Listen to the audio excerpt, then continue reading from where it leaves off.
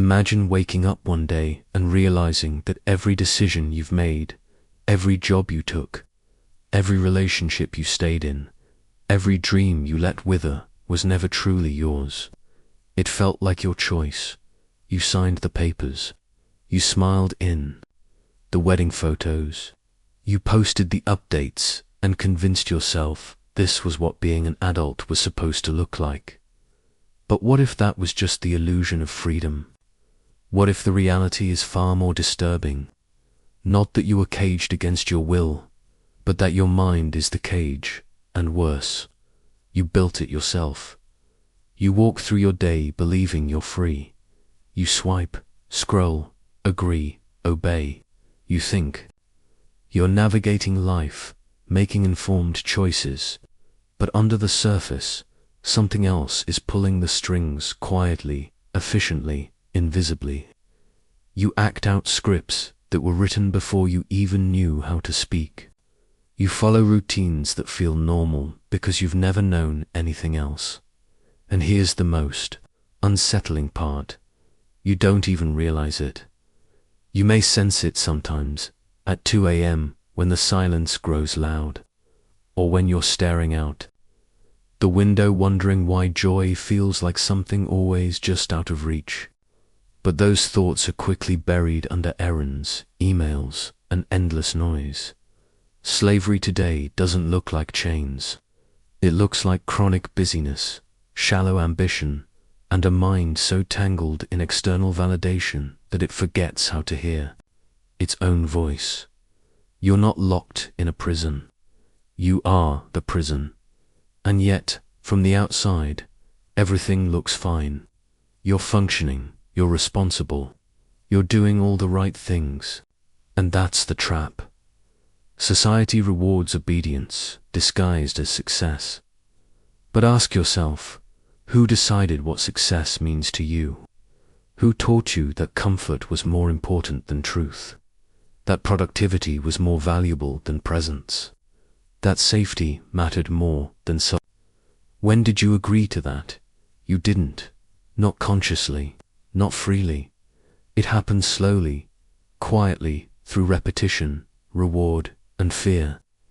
You were trained to betray yourself without even knowing you were doing it. A child silences their curiosity because that's not appropriate. A teenager hides their authenticity to fit in. An adult buries their despair under routines and performance and calls it being responsible. This isn't just socialization. It's psychological colonization, and it begs the most important question you may ever ask yourself. If everything you believe about who you are was given to you, then who are you beneath it all? What lies beneath the persona you wear for the world? Would you even recognize your own soul if you saw it? You were born with a voice that was raw, vivid, and deeply your own. But somewhere along the way, you traded it in for approval, security, and the illusion of control.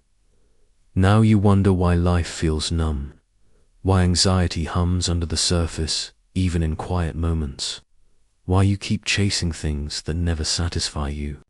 Think you're broken, but maybe you're just lost inside someone else's idea of who you should be. Imagine standing in front of a mirror, not the kind that shows your face, but the kind that reveals your unconscious loyalties. Whose expectations are you still trying to meet? Whose fears are you still living out? The terrifying truth is this: most people never escape this mirror. They live and die as psychological slaves, unaware, obedient, and profoundly unfulfilled. But here's the thing: the mind that builds the prison can also tear it down. So the real question isn't whether you're free, it's whether you're willing to find out. Are you ready to look beneath the surface, to trace the invisible wires shaping your reality? Are you ready to confront the hidden architects of your mind? Or will you continue to wear the mask and call it a face? Everything that follows from this point will take you deeper into that mirror, into the dark, complex roots of your psychological programming, You will see the systems that conditioned you. You will feel the weight of the chains you've carried in silence. And you will begin, perhaps for the first time, to understand what it means to be truly free. But be warned, once you see it, you can never unsee it. Shall we begin? You were born free, but you didn't stay that way. From the moment you took your first breath, invisible hands reached out not to harm you, but to mold you. Parents, teachers, culture, religion, media, each with their own vision of who you should become, each carving a piece of you away, not out of cruelty, but out of fear, out of tradition, out of necessity. And so, little by little, your wildness was tamed. You learned not to cry too loud, not to want too much, not to question too deeply. You learned to smile when you were hurting, to say, "I'm fine," when you were falling apart, to obey even when your soul screamed no. By the time you reached adulthood, you weren't a person. You were a performance. But here's the twist. You forgot it was an act. You began to believe it was you. Carl Jung called this the formation of the persona, the mask we present to the world to gain acceptance. But what we rarely realize is that in perfecting this mask, we exile everything that doesn't fit. Our doubts, desires, instincts, rage, creativity, all banished to what Jung called the shadow. The more obedient the mask becomes, the more rebellious the shadow grows. And that's the core of psychological slavery. The belief that being good, being safe, being liked is worth sacrificing your truth. But that sacrifice is never clean. It leaves behind fragments, wounds that fester quietly, manifesting as anxiety, addiction, depression, and a haunting sense of something missing. You see, you were trained to fear your own depth. The system, the family, the school, the economy thrives, not on your freedom, but on your predictability. It needs you to be manageable, reliable, replicable. It needs you to believe that fitting in is more important than waking up. And so, from childhood, you're flooded with messages. Don't stand out. Be realistic. Success means money. Suffering is weakness. Love means sacrifice. Don't think too much, but thinking deeply is exactly what breaks the chains. The French philosopher Jean-Paul Sartre warned that man is condemned to be free. What he meant is terrifying. You have no blueprint, no divine script, no objective meaning handed down from the sky. You are the author, whether you like it or not. And the moment you stop acting like it, you become a slave to someone else's narrative. Yet most people would rather suffer predictably than live authentically. Why? Because freedom demands responsibility. It demands the courage to confront the void, to stand face to face with meaninglessness, and still choose to create, to choose you. That void, that existential anxiety, is the birthplace of transformation. But the world has taught you to anesthetize it, through constant distraction, through comfort, through roles that make you forget the questions you were born to ask. Arthur Schopenhauer once wrote, "Every man takes the limits of his own field of vision for the limits of the world." What if the life you think is yours is just the most comfortable lie you were willing to believe? What if your thoughts aren't truly yours, but echoes of authority figures long gone? What if your goals are not born from desire, but from fear? Fear of rejection, fear of poverty, fear of failure, fear of freedom itself. Freedom, true freedom, is terrifying, because it asks you to kill the false self, to disobey your programming, to betray the mask in favor of your essence.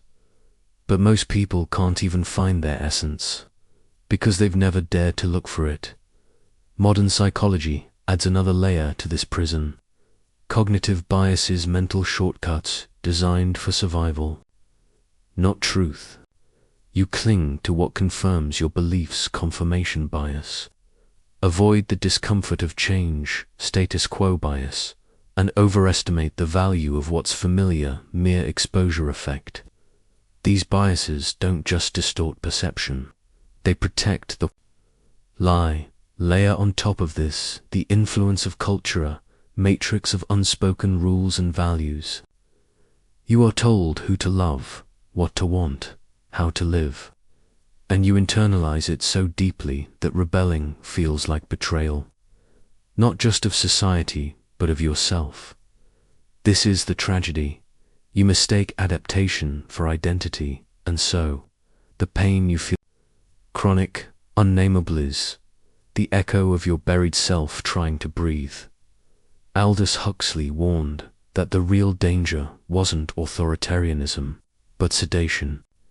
He feared a future not of oppression, but of distraction, where people would love their servitude because it came wrapped in pleasure, productivity, and the illusion of progress.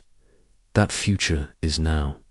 We are a generation of psychological slaves who mistake stimulation for joy, busy work for meaning, likes for love, and performance for presence.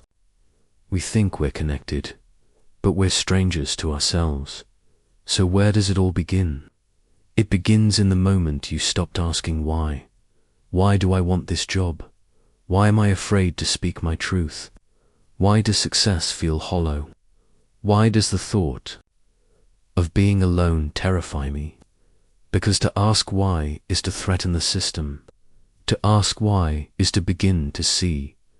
And once you begin to see, you can no longer pretend the roots of your slavery are buried in the moments you were told to look away. But they are also the trailheads to your liberation, if you're willing to dig, because buried beneath the performance, beneath the fear, beneath the programming, is a presence, consciousness untouched by conditioning. You just forgot how to hear it. The next step is to understand what happens when you ignore this truth for too long. When you live decade after decade inside someone else's mind, what does it do to your soul? What does it do to the world? Let's go deeper. There is a quiet tragedy playing out across the world. It doesn't scream, it doesn't bleed, it doesn't headline the news, but it's there in the glazed-over eyes of the commuter staring at nothing, in the hollow smile of the man who got everything he wanted and still feels empty, in the tightening chest of the woman who doesn't know why her anxiety keeps waking her at 3 a.m. This is the invisible cost of living a life that isn't yours. This is what happens when you abandon your inner truth in favor of psychological survival.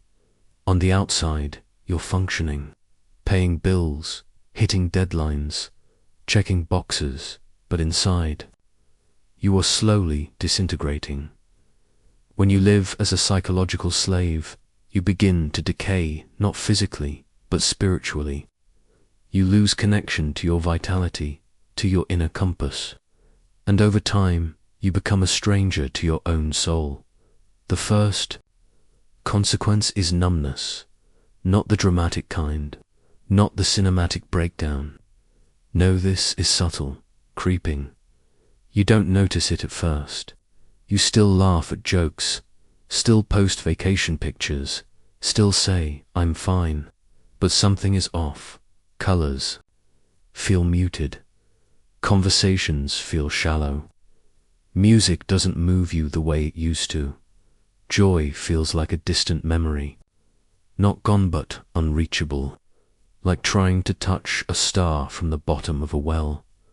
And so you seek substitutes.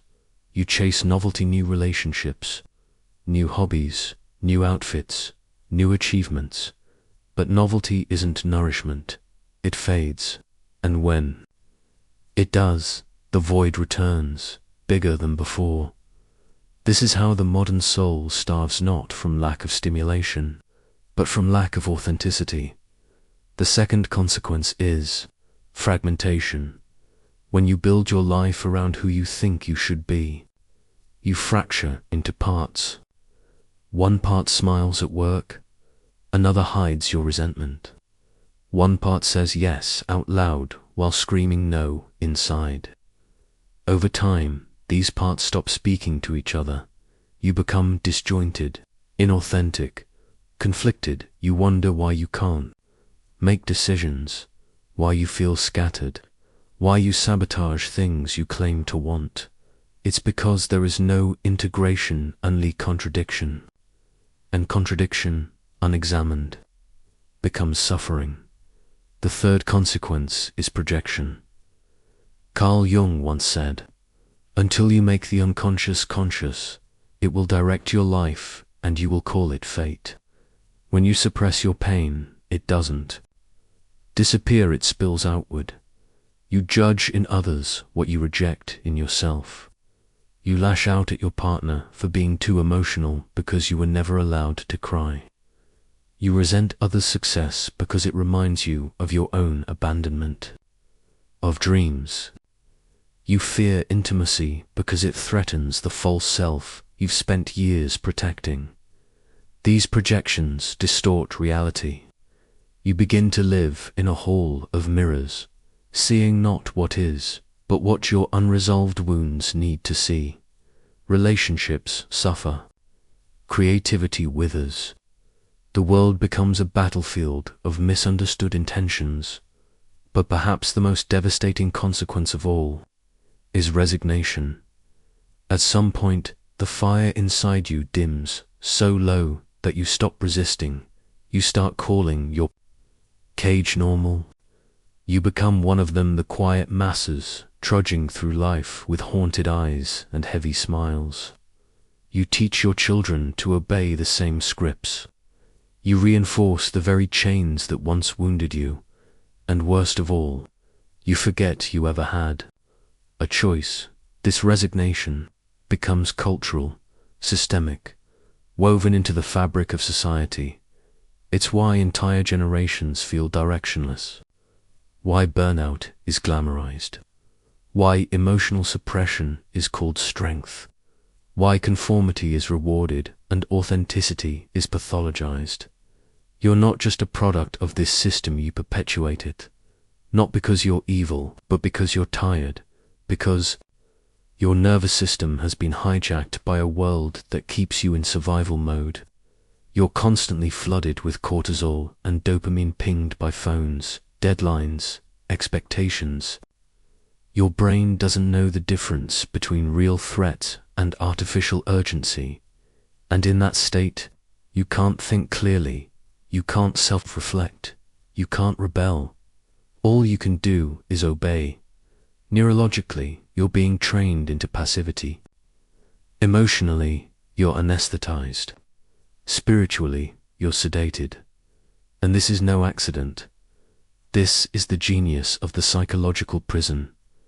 The door is always open, but you're too numb to walk through it, too scared to risk discomfort, too conditioned to imagine freedom, so you settle for the job that drains you, for the partner who doesn't see you, for the version of yourself that keeps the peace, keeps the routine, keeps you small, and the world keeps turning. But what kind of world is it? A world where authenticity is a luxury, where silence is threatening, where the average person dies, with their soul still buried under 10 layers of conditioning.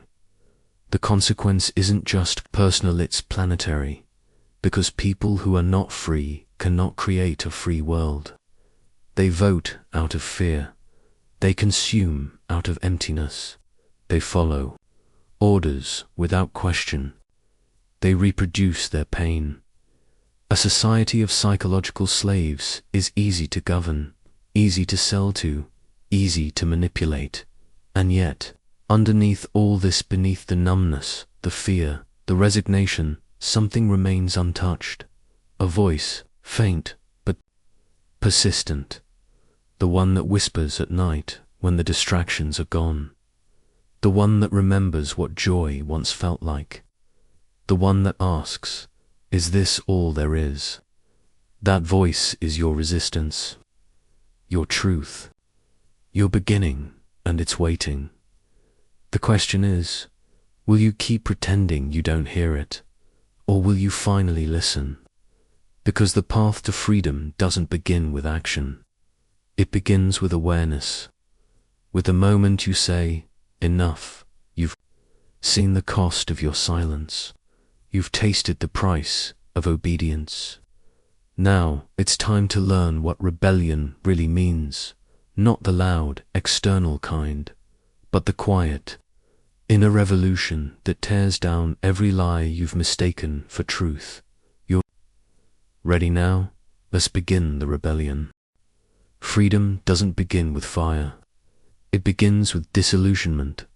It begins the moment you stop mistaking your suffering for identity, when you realize that your pain is not proof of your brokenness, but a signal that your soul is still alive, still screaming beneath the rubble. This is the first act of rebellion, to question what you've been taught to accept, not with rage, but with reverence, to look your life in the eye and ask, with brutal honesty, what here is truly mine, and what have I inherited, absorbed, or obeyed without consent. This is not easy, it is not comfortable, but it is necessary. You cannot heal what you won't name. You cannot reclaim what you won't grieve. And make no mistake, you will grieve you. Will mourn the years you spent chasing dreams that weren't yours. You will ache for the self you buried beneath politeness, productivity, and perfection. You will feel the weight of your compliance and the rage of your awakening. This is not the destruction of your life. It is the dismantling of your false self, and in its place, something real begins to stir. But how? How do you break free from a prison that lives inside your own mind? You start by doing what the system fears most. You slow down. Stillness is a threat to every lie you've ever swallowed. Because when you become quiet, truly quiet, there's no performance left to maintain. There's no audience to please. There's no role to uphold. There's only you. And at first, you may not recognize what you find. There may be grief, anger, emptiness, confusion. Let it come. You are meeting the parts of yourself that have lived in exile. The part that was told you were too much. The part that was silenced when it screamed. The part that longed for freedom, before you even knew what a cage was. This reunion is sacred. Do not rush it. Next, you must rebel against your conditioning, and this doesn't always look like revolution. Sometimes, it looks like saying no without explaining yourself, letting yourself rest without guilt, speaking your truth, even if your voice shakes, feeling your emotions without apologizing, choosing uncertainty over a life that feels like slow death. These are not small acts. They are tectonic shifts, because every time you choose truth over comfort, you reclaim a piece of your sovereignty. And as you reclaim, you begin to remember you were never meant to be normal. You were meant to be whole, but wholeness requires integration, bringing the shadow to light. Carl Jung said, "One does not become enlightened by imagining figures of light, but by making the darkness conscious." This is the deeper work, not bypassing your pain with affirmations, but walking into the fire of your discomfort and retrieving the lost parts of your psyche. It means facing the child who learned to hide, the teenager who betrayed themselves for love, the adult who silenced their soul for security. It means holding them with compassion and saying, "You don't have to perform anymore. You're safe now." This is the reparenting of the self, the inner alchemy that turns trauma into wisdom and fear into fuel. But this path is not walked alone. You need mirrors, witnesses, allies. Seek out spaces where truth is welcome. Not performative authenticity, but radical honesty. Find people who don't flinch when you unravel, who don't try to fix you but simply see you. Because being seen without condition is what begins to unchain the heart. And here's another truth. Your rebellion is not just for you. Every time you break a generational pattern, speak an uncomfortable truth, or choose presence over performance, you send a ripple outward. You create cracks in the collective illusion. You give others permission to do the same. Your healing is a revolutionary act. Look at those who came before Nietzsche, who dared to proclaim God is dead not in blasphemy, but in mourning for a society that lost meaning. Frankl, who found purpose in Auschwitz and taught that suffering, when made meaningful, becomes fuel. Huxley, who warned that a distracted mind is a controlled mind. Jung, who turned the mirror inward and told us that what we most fear is often what we most need. These thinkers weren't just philosophers, they were rebels, psychic revolutionaries. And now it's your turn. But don't romanticize this path. Freedom is not a one-time event. It is a daily devotion, a constant dying and rebirthing. You will fall back into the old roles. You will feel the gravitational pull of conformity. You will crave the comfort of numbness. That's okay, just don't stay there. Every time you wake up, truly wake up, few weaken the spell. So keep asking, who am I beneath the fear? What would I choose if I didn't need approval? Where is my energy going, and is it nourishing my truth or feeding my prison? This is the work, the rebellion, and slowly you begin to feel it. The return of your aliveness, not the manic high of distraction, not the shallow thrill of dopamine, but the deep, grounding joy of embodiment. You begin to speak with a voice that isn't performing, to love without pretending, to create from your essence, not for applause, but for truth. This is what the system fears most, not riots, not protests, but individuals who are no longer psychologically colonized, individuals who have met themselves in the dark and emerged whole. That can be you. That is you. So as we move toward the final truth, remember this: you were not born to obey. You were not born to perform. You were born to awaken. Let's take the final step together. Let's uncover the ultimate truth, the one hidden behind every lie, every fear, every mask you've ever worn. Are you ready? There comes a moment quiet, unannounced, when the inner war goes still. Not because you've defeated the voices, the fears, the expectations, but because you finally stop believing they are you. In that moment, something ancient awakens inside.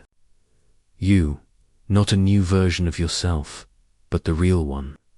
The one that's been watching patiently, silently, waiting for you to remember. And in that remembering, a truth emerges clear, piercing, irreversible. You were never lost. You were only buried under layers of noise, conditioning, and inherited shame.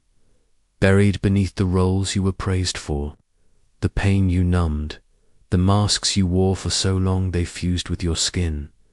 But beneath it all, the flame never went out. This is the ultimate truth. You are not broken. You are not behind. You are not too late. You are simply awakening from a long sleep, a sleep induced not by your weakness, but by a world that taught you to fear your power. And that power is not about dominance, not about control, not about being loud or right or successful. Your power is presence, the kind of presence that cannot be manipulated, the kind of presence that listens instead of reacts, that creates instead of consumes, that sees through illusions and still chooses compassion. This is what it means to be truly free, not to escape the world, but to move through it unshackled, to see the programming for what it isn't, choose your response, to walk into rooms, no longer needing to prove yourself, to wake up each day and ask not, what do they expect of me, but what does my soul need today? The final, most powerful realization is that you never needed to be more.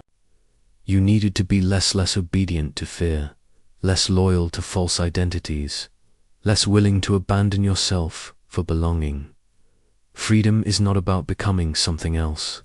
It's about remembering who you were before the world told you who to be. Don't think of all the energy you've spent pretending to be okay, pretending to agree, pretending you didn't care, pretending you didn't want more. Now imagine what happens when all that energy returns to you. Imagine what you could build, express, heal, become, if you stopped trying to shrink yourself into someone else's mold. This is the revolution the world is starving for. Not another ideology, but integrity. Not louder noise, but deeper listening. Not perfection, but presence. And it begins with you. It begins with the decision to stop running from your discomfort and sit with it, to stop outsourcing your worth and reclaim it, to stop simply be. Yes, there will still be fear. Yes, the old programs will still whisper. Yes, you will still fall asleep at times, but now you know how to wake up. Now you know the prison was never locked.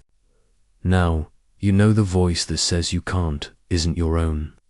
Now you know the difference between survival and soul, and from this knowing you rise, not as a perfect person, but as a conscious one. You become dangerous not because you seek to harm, but because you can no longer be controlled.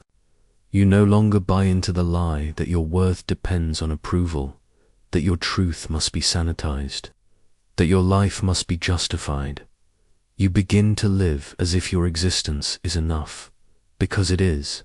And in that choice, in that breath, that step, that word spoken from truth rather than fear, you liberate not just yourself, but everyone who witnesses you, because freedom is contagious. The child who sees you express your truth learns that their voice matters. The friend who watches you rest without guilt learns that joy isn't earned. The stranger who hears you speak your pain learns that vulnerability is strength. This is how we dismantle the system, not with bombs or slogans, but with integrity, so deep it cannot be colonized, one soul at a time. And so now the question returns, will you choose to wake up, not once, not dramatically, but again and again in ordinary moments, in difficult conversations, in quiet rebellions no one may ever see, because that is the path, not glory, but truth, not escape, but presence, not perfection, but wholeness. You may never receive applause for it. You may lose things, people, habits, identities that once defined you. You may walk alone for a while, but what you gain is worth everything. You gain your soul. You gain your peace. You gain your power to choose, not what others expect, but what you know. And so we end where we began, with a mirror. But this time, you don't see a slave. You see a being who remembered. You see a fire no longer afraid to burn. You see someone who walked into the dark, met their shadow, and emerged with light. You see you, and for the first time you smile, not for them, not for the mask, but for the one who finally came home. Welcome back.